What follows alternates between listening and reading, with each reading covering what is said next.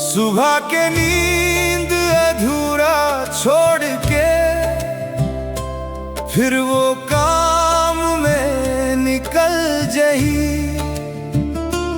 अपन घर के मुहाटी छोड़ के फिर वो काम में निकल जही। ना कोई पक्की नौकरी ओखर, ना कोई पक्की छुट्टी है। ककरो हाथ मले पटॉप कंप्यूटर ता, ककरो हाथ मरा पापट्टी है। दिन के कमी जब पुरत नहीं है कमाए, बरसाम में निकल जही।